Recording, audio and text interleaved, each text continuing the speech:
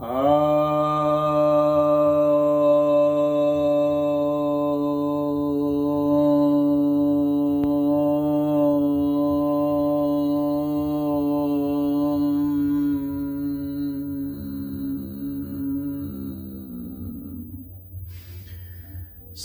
भक्तजनों को सप्रेम नमन। भक्तों, आज मैं आपके समक्ष विज्ञान भैरव तंत्र के 102वें 102 यह श्लोक है। और यह जो है ध्यान विधि जो है वह 19वीं है, 79th। और आपको पता ही है कि भगवती भैरवी ने जो जिज्ञासा की थी भगवान भैरव से,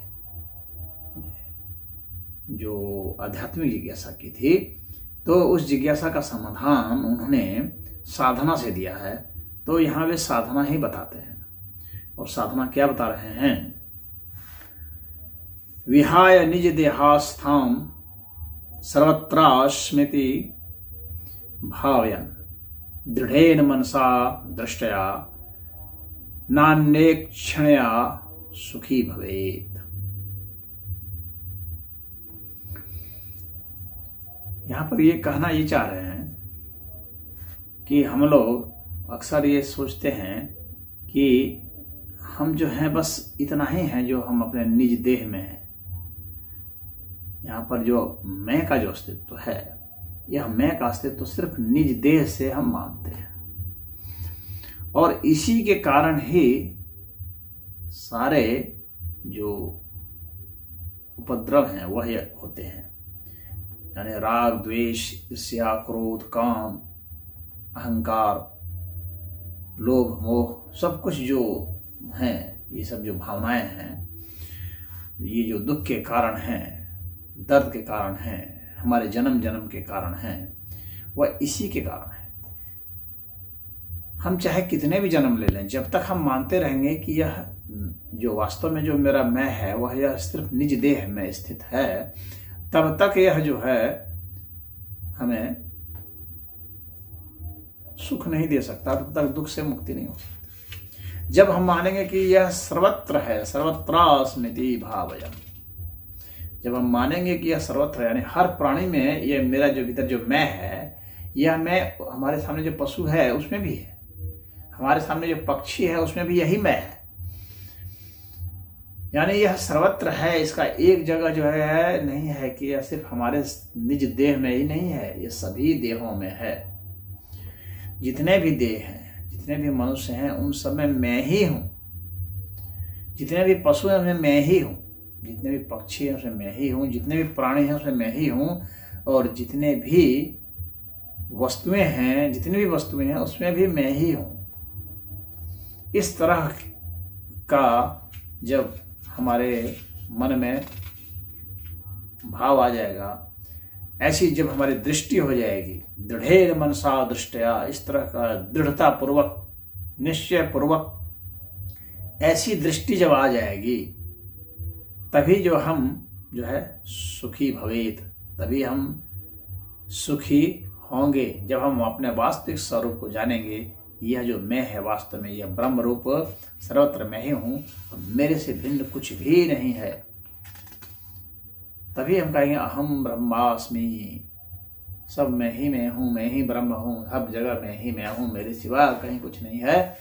जब ऐसा होगा, इस तरह का हमें अभ्यास करना पड़ेगा। सब जगह जो है अपने ही चित्त का हमें अवलोकन करना पड़ेगा कि सब जगह मैं ही हूं, सब मैं ही हूं। ऐसा जब हो जाएगा तभी हमारा किसी कोई पराया नहीं रहा, तब फिर कोई हमारा अपना भी नहीं रहा। सब मैं ही मैं हूं, तो क्या अपना क्या पराया, बस मैं ही मैं हूं। और ऐसी स्थिति जब हो जाती है तभी दुख निपटता है। उसके पहले दुख निपटाने की बहुत कोशिशें होती है, लेकिन कुछ नहीं होता है।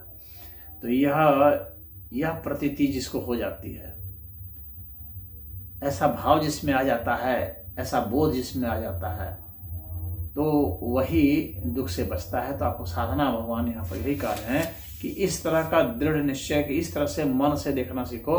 मन का बहुत विस्तार है, ये अनंत विस्तार है। अपने को संकुचित इस देह में मत समझो कि मेरा मन यहीं तक है, मैं इतना ही तक हूँ, मैं पूरा अनंत मैं हूँ, हर कुछ जो है वह मैं ही हूँ। इस तरह का जब दृष्टिकोण तुम्हारे में आएगा, इस तरह के भाव जब आएंगे, इस तरह की साधना जब तुम्हारी होगी, तो तुम बैठे हो और सिर्फ अपना विस्तार देख रहे हो कि सब मैं ही मैं हूँ, मेरे सिवा कहीं कुछ नहीं है।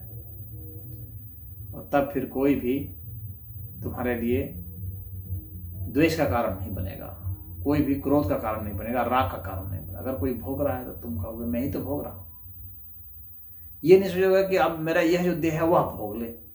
तो तुम अपने चित्त को उसके चित्त में डाल दोगे, जो व्यक्ति भोग रहा है, तो देखोगे कि वह तुम ही भोग रहे हो। जो भोगा जा रहा है वह भी तुम हो, जो भोगने वाला है वह भी तुम हो।